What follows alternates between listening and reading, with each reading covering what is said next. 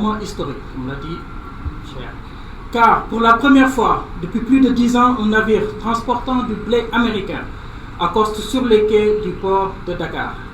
Ce n'est pas simplement une opération logistique, c'est un signal fort, un symbole de reprise, de confiance, de coopération transatlantique entre le Sénégal et les États-Unis. Je tiens à remercier chaleureusement son Excellence, M.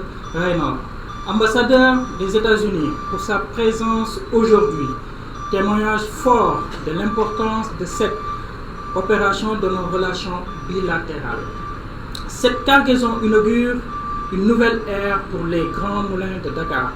Elle s'inscrit dans une stratégie plus large portée par le groupe Cibor, qui prévoit un programme d'investissement structurant au Sénégal près de 100 millions de dollars. Ces investissements, nous les engageons avec ambition et responsabilité.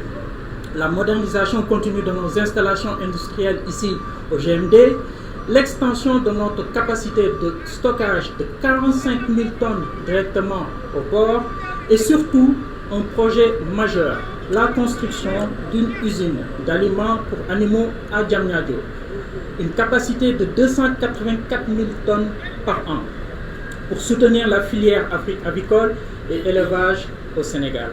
Mais au-delà de ces chiffres, il y a des visages.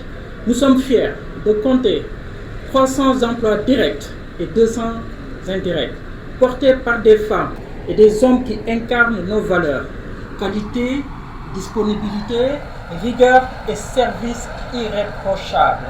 À travers eux, c'est tout un savoir-faire local qui s'exprime. C'est aussi un lien de confiance que nous avons su bâtir avec nos partenaires, boulangers, éleveurs, distributeurs et consommateurs. Les autorités portières, en particulier le directeur général du port, M. Walid Diouf Bodian, que je salue, le ministre du Commerce, M. Serigne Gueye Diop, et l'ensemble de l'économie nationale. Ce navire que nous accueillons aujourd'hui est un jalon, mais ce n'est qu'un début. Chez les grands moulins de Dakar, nous ne pensons pas court terme. Nous pensons durabilité, souveraineté et impact.